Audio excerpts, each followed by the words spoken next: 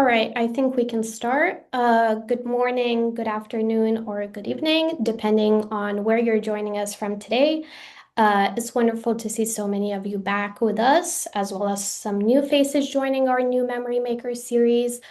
We were very glad to have such a diverse international group here today, from students and educators to community organizers and young professionals, all united by a shared interest in memory, justice, and storytelling. My name is Amelia, and I'm joining from AY Institute here in Vilnius, Lithuania. Our team is proud to be leading this international project under the EUCERV program, focusing on Holocaust remembrance and the stories of groups that have often been overlooked, such as the Roma community, the LGBTQ plus community, and disabled communities as well. I believe that remembrance is not only about the past, it's also about recognizing and responding to the patterns we still see today. Remembering helps us stay aware and resist ignorance when we witness acts that disregard human dignity, such as genocide, annexation, occupation, and apartheid, along with other disregards and other forms of systemic oppression. That's why the conversations we're having in these webinars are not only historical, but profoundly relevant to the world we live in now. Um, just to present our project a bit more. So everything is under the larger umbrella of the Memory Makers project, which is co-funded by the European Union. Mm.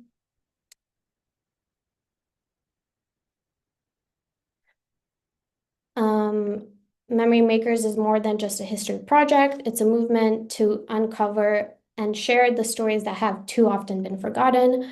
As mentioned, funded by the EU CRV program, our mission is to engage young people in exploring the past in fresh and creative ways. Over the next 20 months, we'll host 10 events across Europe, bringing together more than 800 participants to rediscover historical narratives that rarely make it into textbooks. As mentioned, the experiences of LGBTQ plus people, disabled individuals, and Roma and Sinti communities, especially during the Holocaust and other moments of persecution. These are stories that matter, they shape who we are today, and they deserve to be heard. Memory Makers empowers young people to become storytellers, historians, and changemakers, ensuring that every voice, no matter how silenced it once was, is finally given the recognition it deserves. Together, we're building a deeper, more inclusive understanding of our shared past and using it to create a more just and empathetic future. Um, So as mentioned, this is part of a larger webinar series, uh, sort of targeted at young people specifically, but obviously a larger audience is very much welcome. Um, Again, as everybody here knows, we specifically are responsible for 4 specific sessions of this webinar series. We started with Kristina Petrauska last time, also known as Historike. She explained how sort of history becomes perceived in modern contexts. Today, we're very excited to have Evelina. We will continue on with Tomas Vytautas Raskevičius on Thursday. And next week, we'll have Karolina Vilkelienė, who is very experienced in archival methods of history, and she will have a lot to share with us about how they present archives in a modern way. This matters because we live in a world where misinformation spreads very easily and important voices risk being erased. Young people have the power to reshape how history is remembered. This series gives us the tools to tell stories that are authentic, inclusive, and impactful. Stories that not only preserve the past, but inspire change in the present. Remember, history is not just about the facts, it's about honoring silenced voices, building empathy, and creating a more just and inclusive future.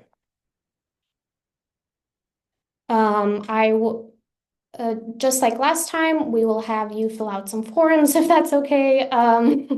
The attendance form is very important if you want to get an attendance certificate. And we also have a required feedback form, which the organizers of the wider project would very appreciate if you filled out for us.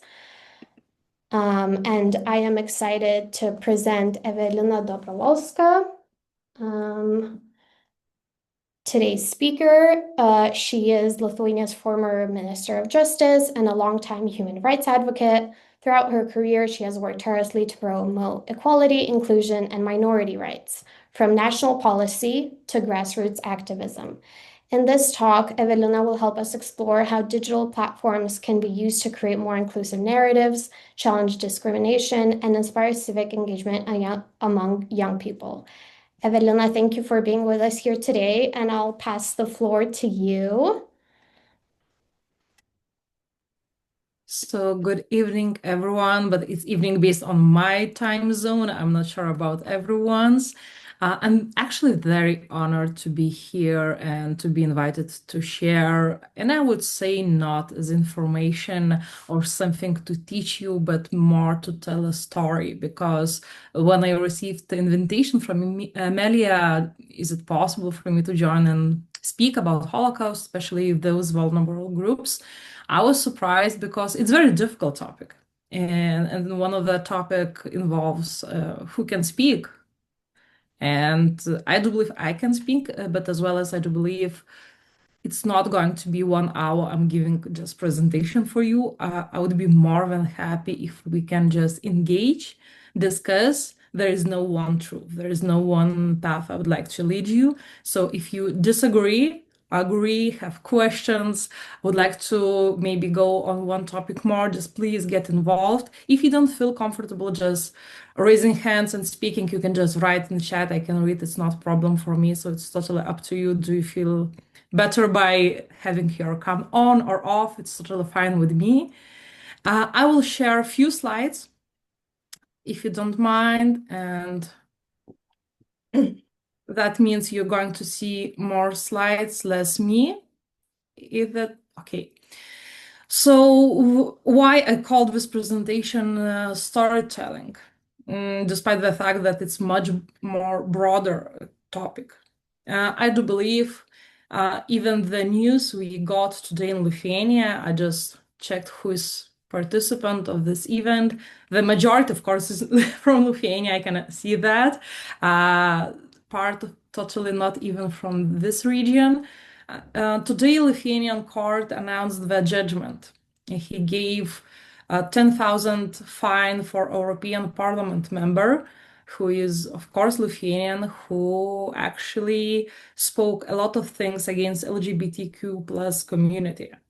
And it's one of the reasons I do believe why having even this presentation today here with you matters, because it's not only about the history. All of those groups we are tackling, not during this presentation, but during what Amelia has mentioned, this project. I mean, it's still the issue, it's still the question, it's still the, I would say, the problem we're trying to avoid. And I do believe maybe this storytelling will help us to understand what are the ways to speak about this. I will try to share with you how I found the possibility to speak about the topics which are actually are not very popular, are very difficult, and some of those groups, by speaking with them, actually I learned more than I knew before.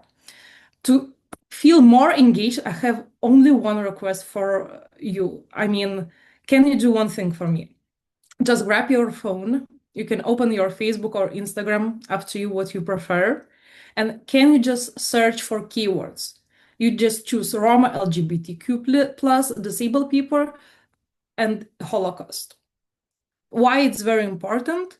I mean, to check how your social media works, because it's totally different results you can see from mine. There is a print screen of what I found, the latest post on Instagram and Facebook. It's up to you to choose, is it trauma and Holocaust? Is it LGBTQ plus and Holocaust narratives? Or is it disabled people and Holocaust? The main thing is to check what is the latest one or two posts on social media you can find based on those two or one main keywords. If you don't mind, those who can share the answer here, just raising, you don't have even to raise your hand, you can just say it or to write in the chat. That would be easier to understand how different actually we can see in social media those narratives, because I do believe those who are not from Lithuania may see totally different posts than what I am seeing. So maybe just give you a few minutes. That would be more easy. Also, I would like to add if anyone would like to just talk to us, feel free to use the hands raised option, and you can also participate in the discussion with us that way. I will just ask Amelia if anyone will write in the chat, because when I'm sharing the screen, I cannot now read the chat, so that would be more easy for me.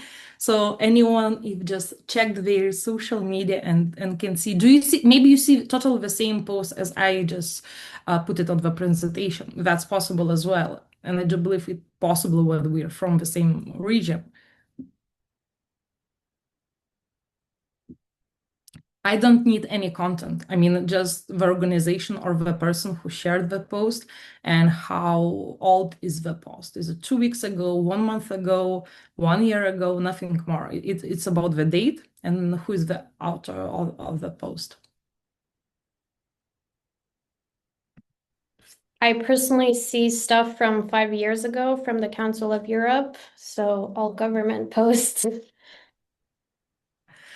And actually, I do believe, okay, I can understand not everyone is feeling comfortable to share. It's up to you. Okay, and now I can see actually the chat. So government posts too, and monument and memory makers partnered in Ireland. That's cool. Uh, why I asked to do this? Because from my experience and what I noticed not only now, but actually by being lawyer for many years and working with different NGOs involved in many different hate speech, hate crimes project on international level. Usually, it's only governmental institution, European institution, and NGOs who is writing on those topics. I can see in the chat people are writing still 2019 NGOs, and that's the reason. International Youth Organization, Roma Content, 2020. Why it's very relevant? Okay, we have one Instagram post by this year. As you can see in the chat, I mean, usually you need an occasion to speak up about topics like this. Usually you need a program, you need any KPIs actually to remember about this.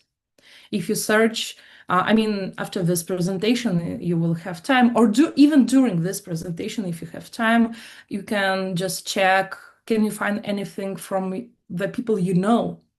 Because usually Facebook works like this, the most popular post, and then you can see the post from the people you know. And if you cannot see anything from your social bubble, because usually people don't write about Holocaust, especially if it's linked with those groups which is mentioned, Roma, LGBTQ plus, or disabled people.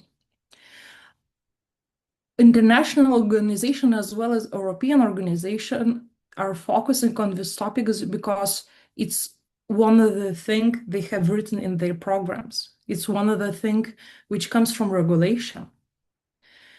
When we speak about society, usually it's not the topic how we tackle, even though we have many different NGOs, and I would say from my perspective, which I know, in Lithuania we have amazing NGOs working on their different topics. And actually are those NGOs who are involving how to show the perspective about Roma community, LGBTQ community, and disabled community in Lithuania. Is it usually linked with the history? Of course not. It's a very specific topic. Usually it's not even covered by any EU funds, because usually how NGO society and network works, it's still based on the fundings. It depends on the country which you come from. Every country have very different the way they help NGOs. Usually it's about the projects. Those projects usually tackle those the biggest problems we have nowadays. So it can be linked with migration, it can be linked with national minorities, it can be linked with hate speech, hate crimes, something which is actually on the agenda now. To link it with history and to remember the history, not only the main events, but to understand how broad it is, how sensitive it is, it requires a lot of job. So after this exercise we just did, we understood that it's very high expectation actually for anyone who is here during this our meeting to have ambition to speak, to remember about Holocaust linked with Roma, LGBTQ plus, and disabled people.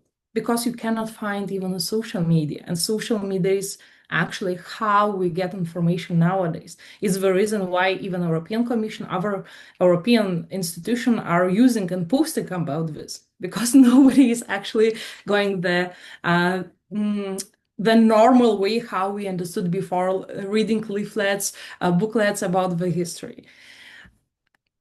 And it's the reason why I would like to proceed to the main, actually, the question of this presentation for me. By doing the presentation and trying to find the answer, who has the right to tell the story? Actually, I was doing the slide for like half an hour, trying to find the answer, which would be maybe not right or wrong of the one I would be able to present and say something I can stand with. Whole my life, I was working with the human rights perspective on different level. My background is I was a lawyer before joining the political life. Nowadays, I work as public affairs consultant. And I do believe every time when I was tackling human rights perspective regarding any vulnerable group, it was a question, can I speak about this group if I'm not the part of this group? And there is no right answer. Can I represent better the community I'm not part of? Does this mean if I'm not the part of one or another community, I cannot do something for them or with them? And sometimes what we can see, and I'm speaking from my perspective, from Lithuanian perspective, so it can be totally different, even if we speak from Lithuania, different people. I know you're going to have, as Emilia presented, next session with Thomas. So I know what he's going to speak about. So I do believe he can go deeply about one of the topics of this. For me, I always had doubt. Can I speak in the name of LGBT community when I was joining the Pride and I was making law amendments regarding a civil partnership in Lithuania? And it's very difficult, especially when we had a few law amendments even for disabled people. It's very difficult to try to speak in the name of a group you're not part of. Despite the fact I am Polish minority in Lithuania, so for me to identify openly as national minority, it's easy. It's easy to lead the topic about national minorities, but it's very difficult when you understand that even the term national minorities, it's much more broader than only Poles in Lithuania.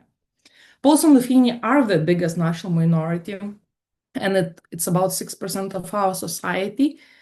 But national minority involves those minority which is not linked historically with Poles.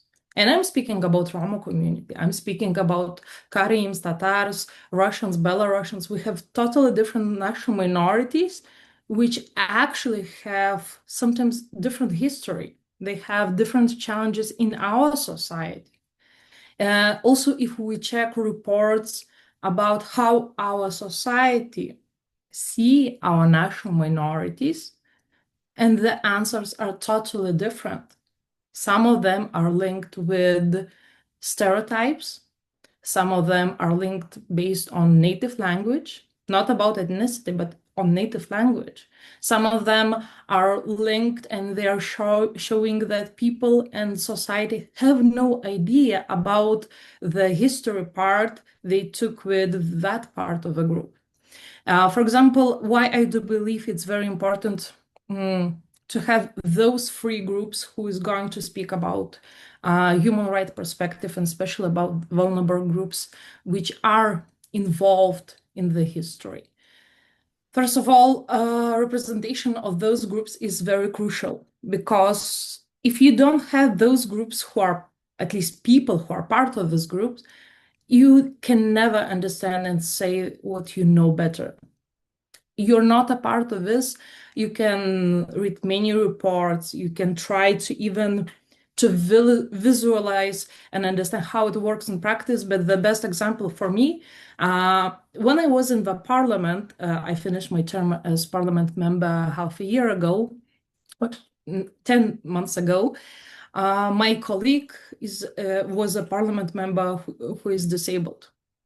And we were always trying to find amendments how actually ensure that at least from the point of view of law, everyone is equal. But still, despite my background working with discrimination cases in courts for many years, I missed few things, not because I didn't care, I didn't understood, but just because I never experienced. The best example was when I was trying to organize team meeting for our political party. And of course, we were trying to do that meeting in the bar after the parliament session. And I just only by organizing that understood that in Vilnius, you can find only few bars, which is acceptable for disabled people. So you can never understand if you don't experience. So we can speak about Roma, we can speak about disabled people, we can speak about LGBTQ plus community, but you should involve those people who are part of this community. And if you involve enough people from that community, you will understand that actually it's not the community which agrees on every topic. As an example, from Lithuanian perspective, I would say a decade ago, everyone thought that Poles in Lithuania are represented by Tomaszewski party, who is more pro-Russian, shady party, which very conservative. And only lately we have different Poles running for election from totally different political parties, not because they hate Tomaszewski. It's one of the small reasons, but just because Poles have totally different views regarding economics, social security, migration, and other questions.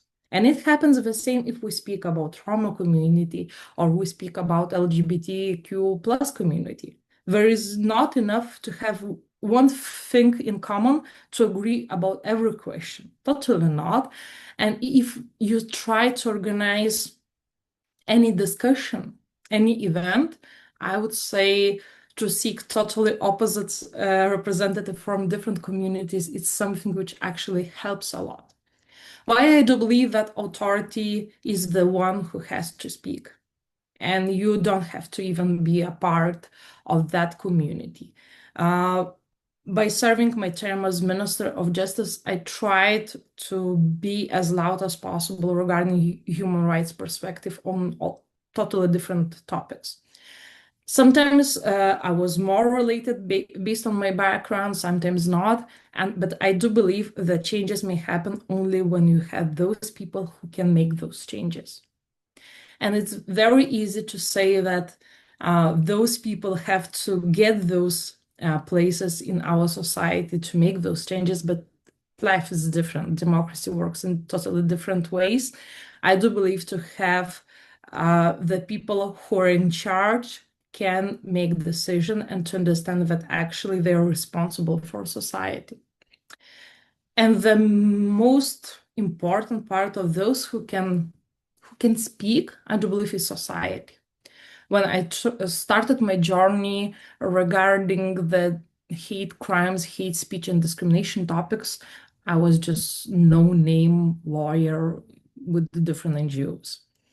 I just understood that society can be better if we can understand how it works and who is part of the society. So that leads, I do believe, to the one of the main reason why we are here and to speak, okay, so how we can tell this story, how we can tell a story if I'm not a minister, I'm not a parliament member, maybe I'm not even a lawyer. What I have saw during, I would say, like 15 years of working in this field, it's totally different means, and there is no right mean. Here you can see in this slide 4 different stories, which actually I do believe represents the best examples how you can memorize difficult history of human rights. On the left, I do believe you see the same, right? So on the left bottom screen, you can see delegation of Lithuania previous government. It's our Prime Minister Šimonytė, and I was part of this delegation. We had the meeting with government of Poland. That time, this photo was taken a few years ago, and it was very intense agenda. We had meeting with Poland Prime Minister. We had meeting with the Poland Parliament, with different institutions. We have bilateral meetings with our ministers. So it's Polish minister with Lithuanian minister based on the competences. But despite the fact that all agenda didn't have even breaks for bathroom, I mean, it was so intense. One thing was on agenda to visit the Museum of Poland in Warsaw. So this museum, I'm not sure, have you been there? I strongly recommend this. It's about Jewish history in the Poland, and it's one of the best museums I have seen regarding this topic because it looks totally different like regular museum. You have recreated Vilnius Street and part of this. And I do believe why it is an example how you can speak about this event. You cannot build a museum. I mean, maybe some of you can, then I cheerlead for you, but if you're not the one who can build a museum, you're the one who can visit. You're the one who can take photos. You're the one who can write a post. Because nowadays, for example, when I go travel to any country, usually I check on social media what my social bubble recommend or any, for example, Instagram or Facebook writes about this. And you're the one who can remind that there is part of the history in that country which actually is very important. And I do believe it was one of the example how in very, very difficult agenda you can have enough 15 minutes just to visit the place because it's not only about nice photos. Of course, it's very nice photo.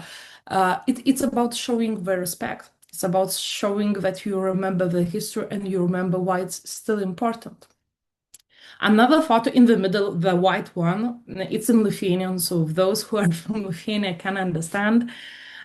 It's the print screen of the voting in the parliament. It happened a year ago. So in the Lithuanian parliament, a year ago, we passed the law of national minority. In Lithuania, we didn't have national minority law for 15 years. So main document which regulated national minorities in Lithuania was Framework Convention of European Council. We didn't have any national law because it was a very difficult topic. It was so difficult for society and especially for politicians to agree what to even call national minorities. And it was so helpful for all political parties actually to have this topic as hot potato. Because between every election, one political party can say, let's regulate national minorities the more liberal way you can imagine.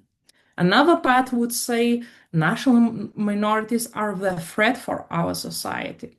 And that means that during every cycle of election, those two different opposition political parties on oppositional level would actually escalate this and never go to agreement.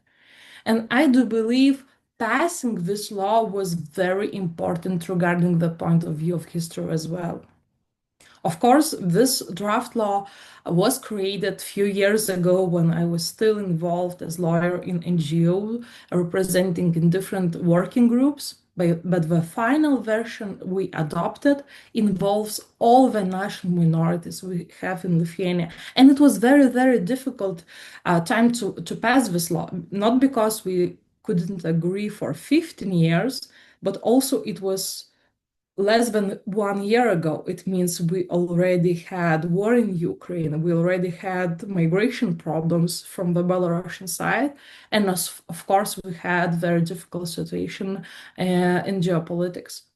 This law, I do believe, was adopted not only because it's needed, but it's the respect for our society. And our society includes very different members, which means totally different minorities as well. In this law is separate provision for historical national minorities, despite the fact that the main definition of national minority of this law says that it's the group of Lithuanian citizens which are just different based on their culture. The historical national minorities are the ones who don't have any kin state, those who cannot rely on any relationship with a different state, and as well as who are very small. So we do have those national minorities which actually, based on numbers, are so small they never receive enough funding, and especially we don't have any remembrance. For example, Tatars, Karims, Roma. And I was working with Roma for a long period when I was the member of Vilnius Municipality Council. It's one of the topic which has the most stereotypes in Lithuania I have ever heard. But I will go by that in my second slide.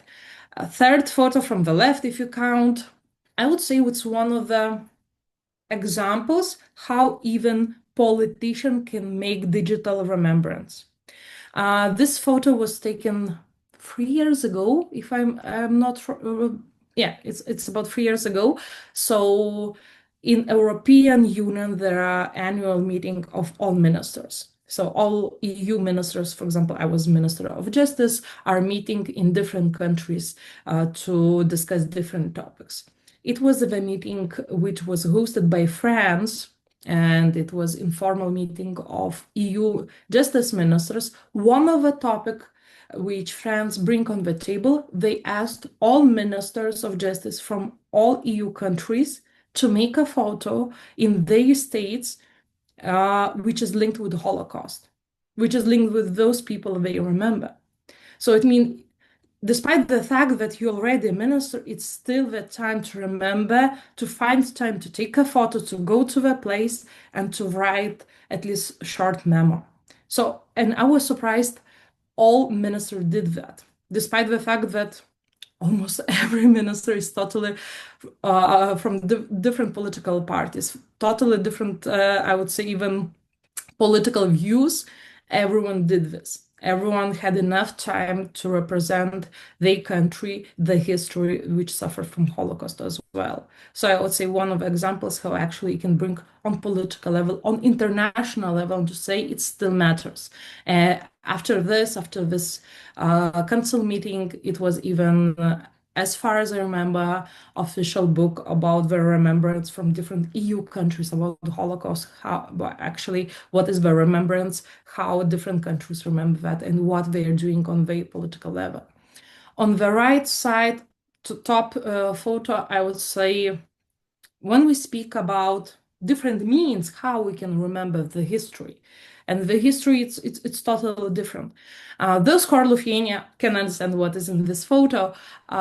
So we do have event like this which gathers a lot of people despite the fact it's January, and January in Lithuania it means it's cold. Like it's very cold.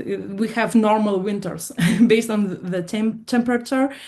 So it's one of the things when forget-me-not flower are representing events which happened in Lithuania on 13th of January.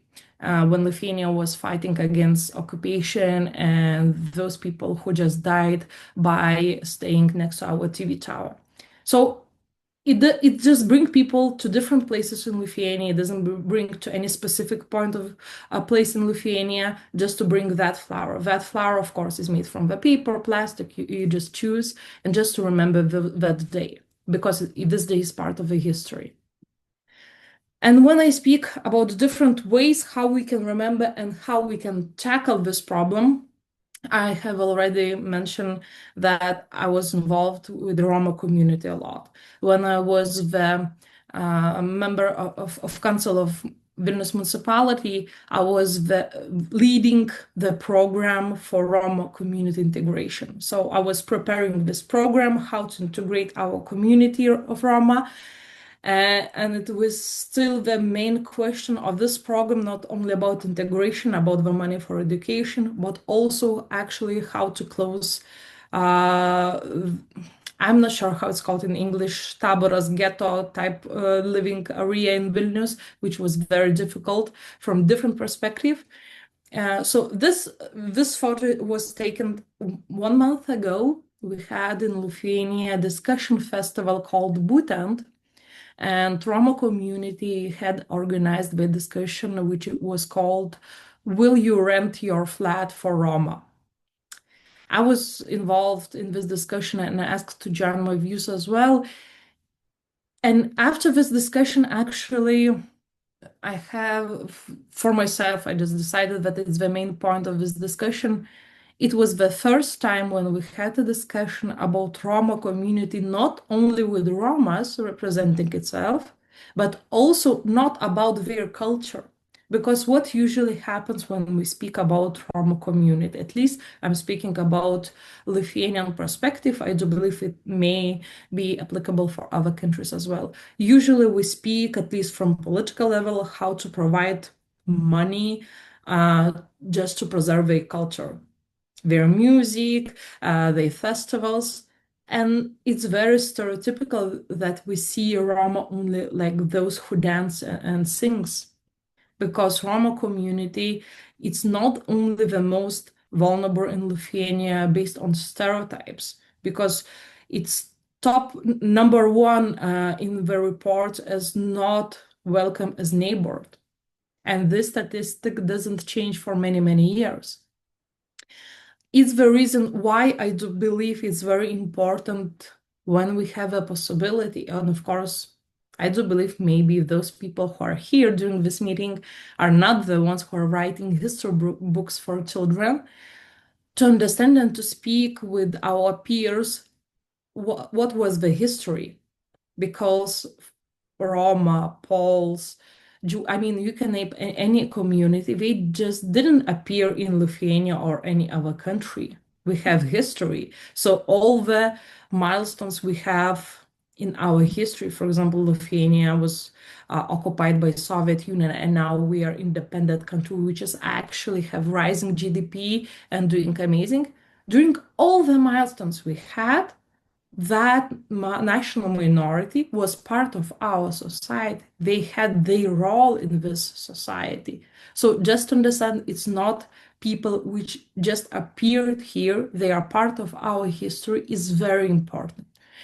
And as well as I do believe that having discussions like this, it brings people to speak or think about the topics which actually are never on the table. Those community we're speaking about, LGBTQ plus community, Roma community, disabled people, are the ones who are easy not to notice. I, even despite my bubble is very different and broad, I know people who have met LGBTQ plus community people only then we came to Vilnius to work. Not because we don't exist in smaller towns, just because not everyone is open. Not everyone would like to speak with those people who even they know, as well as Roma now after the integration program are living in totally different districts in Vilnius. They are not focused in one region. Still, a lot of people know only from the articles from news. And just few years ago, main articles about Roma community, it was who committed what kind of crime, and it was linked with ethnicity. So I do believe it's more far away from the point we were like a few years ago, but it's still totally different perspective when we can engage in discussion with these communities. One of the main aspects I would like to add, it's not only about hearing, but also understanding, because every group we have mentioned has the link to the Holocaust history as well. When we have any day of remembrance of Holocaust, or even we hear the sentence never again, usually we speak about specific group. Usually we don't remember the numbers, we never understand why, and we never understand how horrifying that part of history was. When I mean, if you don't even Google that, and it depends on the background we have, for example, by getting ready for this presentation, I asked Perplexity what you know about this topic from the point of which is the broadly discussed. And I was surprised that Nazi actually called disabled people useless eaters. So that's the part which actually it's not focused and taught in the history. It's the part which actually we have to seek for. It's not easy to find. And one of the best examples we already wrote in the chat in the beginning of this presentation, there is no information about this, not in the way we can find and we consume information nowadays.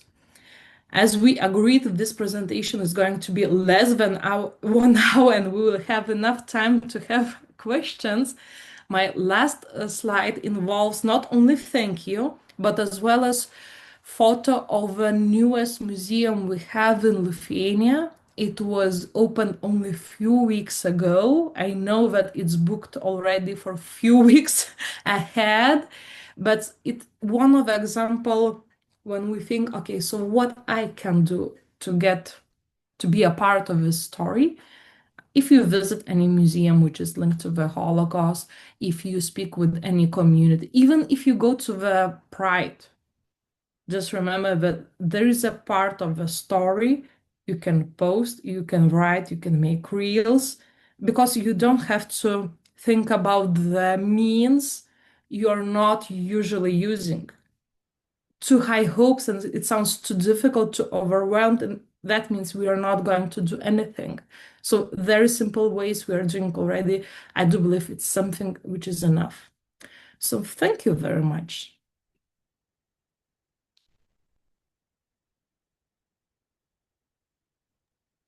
Thank you, Evelina. Um, that was a very interesting presentation. I think it raised a lot of thoughts for a lot of people. For me personally, there's a lot to think about. I would love to open the Q&A section now if anyone has some questions ready to go.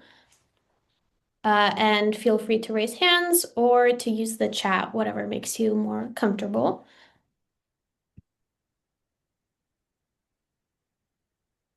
Mm, Evelina, do you want me to read it or?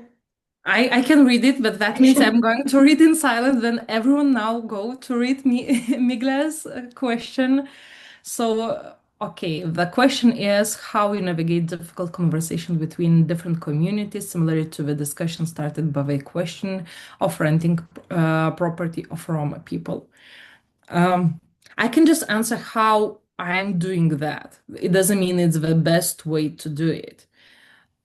Always by going to the discussion with people I know have different views or the topic is very difficult, I always try to remind myself there is no right, there is no one true, there is no right answer. It's the reason why you have to leave enough room for people not to be afraid to share the honest opinion. It doesn't make sense to discuss among people who actually agree on anything, because that means it's not discussion. It's just people saying you're better and you're the best. that makes sense to discuss with people who actually can say we do have stereotypes. We are not happy with one or another discussion, or for example, we have mixed feelings regarding our history. And there is a part of history which is still very difficult for Lithuania and other countries, and still new history is being written by a situation and wars happening now. So I do believe giving enough room for people and I would say people, those who are on opposite sides, just to say and not to judge. And I do believe as well as you don't have to make a decision who is right. You don't have to make a summary in one or another way. It's about discussing where we are and why we see that different. Is it difficult? Yes. Sometimes I'm very actually afraid to get discussion, which I know may lead totally different ways. But there is no need to agree. I mean, we can agree to disagree, and I'm more than fine with that.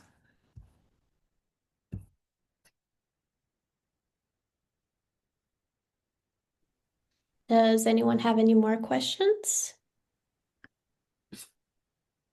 If anyone will have after this presentation question, it's very easy to find me on Facebook or LinkedIn. You can just write me. I'm easy to access, so we can discuss if anything would be needed from my side.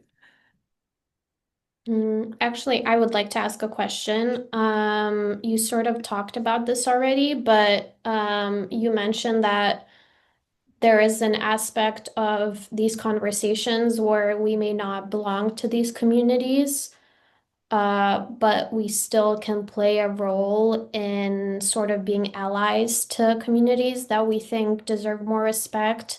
Would you, do you have any ideas on how to be a better ally in these situations, whether it's just in like a casual sense or as a civic duty? Um, this is kind of an open-ended question, but whatever comes to mind. That's an amazing question. And it's the most difficult question because it's one of a part I'm never sure which is the right way. I do believe, first of all, if it's possible, get to know those people you're trying to be voice of. Mhm. I mean, despite the fact I was one of the people who led the national minority law in Lithuania and we passed that, you can find a lot of polls in Lithuania who will say that law doesn't make sense. And I mean, it's not the law should be passed just because there are people who may have different views on different topics, despite the topic can be very narrow. Even when we speak about national minorities, for me, it was obvious one of the articles in the law should be about national security, that you cannot use excuse of being national minority and try to use for communication with terrorist state. For a few national minorities, it sounded like insult. So it's totally about different opinions. I do believe that it's totally fine to have your own opinion, even if you're involved in the topic, you're not representing anyone. Because you're a person who can have your own opinion and you may have better background, you can understand and know totally different perspective. So I do believe if it's possible to get involved with different communities to understand why, and there is no, I would say even to admit that sometimes you can change your opinion. I did change my opinion on a few topics just because I was involved in one or another issue for a long period and a lot of perspective change based on the background. So just to be open when you are where you are, what you're trying to do, and to find the way actually how you can do the best. Sometimes going to the protest, that's fine. Sometimes writing a petition, more than fine. And as well as the petition is amazing thing because it's enough to have one signature to ask your government to review what you're asking for. So there is no need for 1,000 signatures to have a petition. It's enough one. So just get involved. That's first step.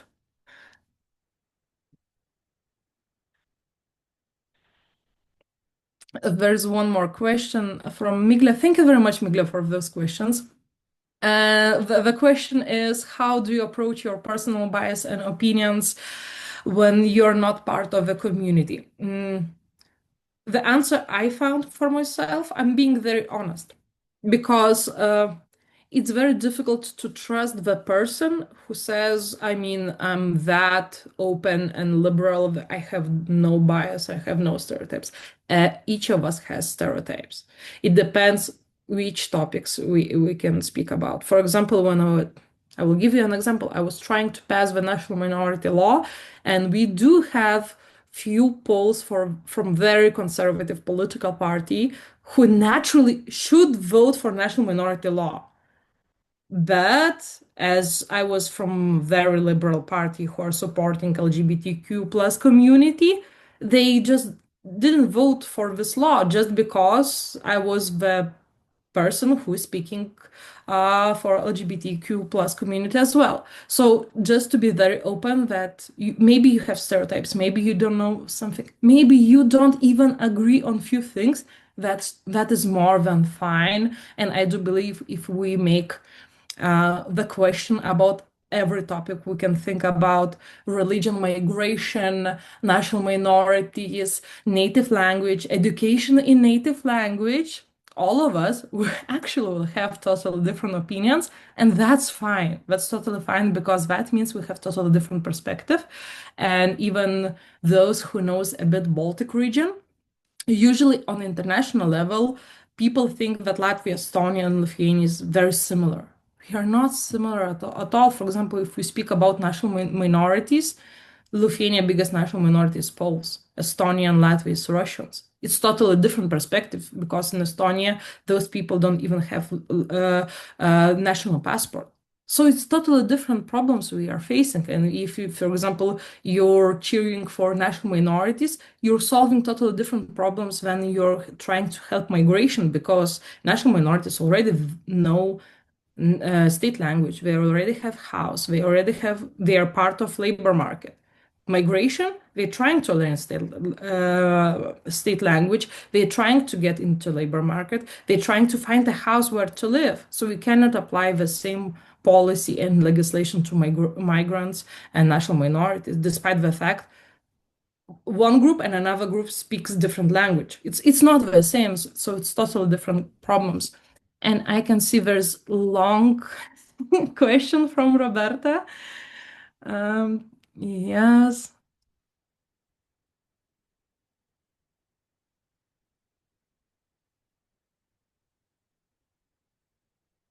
that's great question and point of a question. Outsiders in the memory work, I do believe you first of all you should involve those who cares about. I mean, you can care. There is different reason why you care about the topic. There is totally different reason why all of you 21 are here. Some of you, it's part of a curriculum what you're just studying in university. Some of you are just trying to get involved with the human rights topic more. Some of you are part of a different protest based on discrimination and human rights and something like that. It's totally different story. And I do believe to find people who care, it means they can be the part of a community they're trying to represent and get better rights.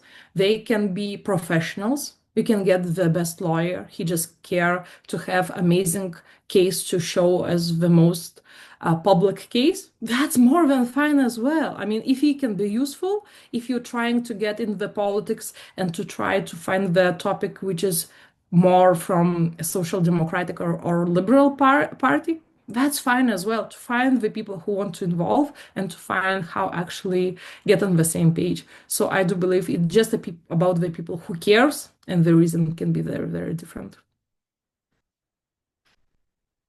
And I guess that was the last question.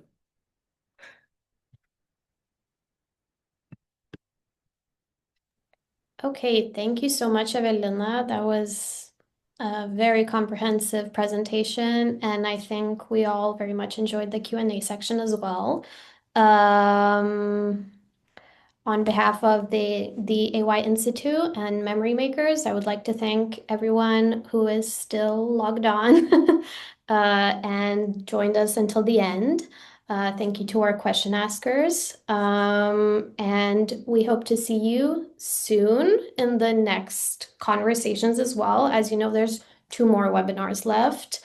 I will stay on for a few more minutes if anyone has more questions or wants to talk about any of the webinars, uh, this one or future ones. And I hope you have a great rest of your evening.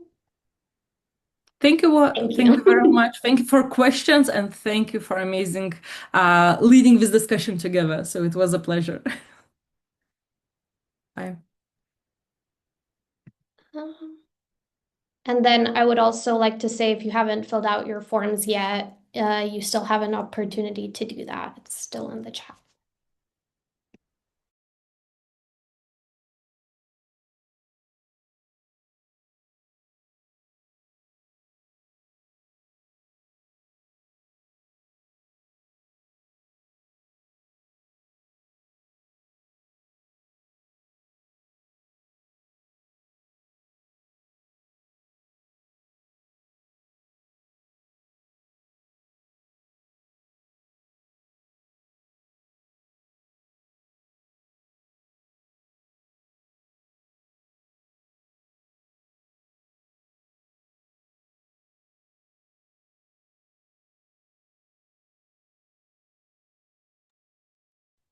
Okay, I think everyone that's left on here, um, I assume nobody has any questions or anything, so I'll be ending the webinar now.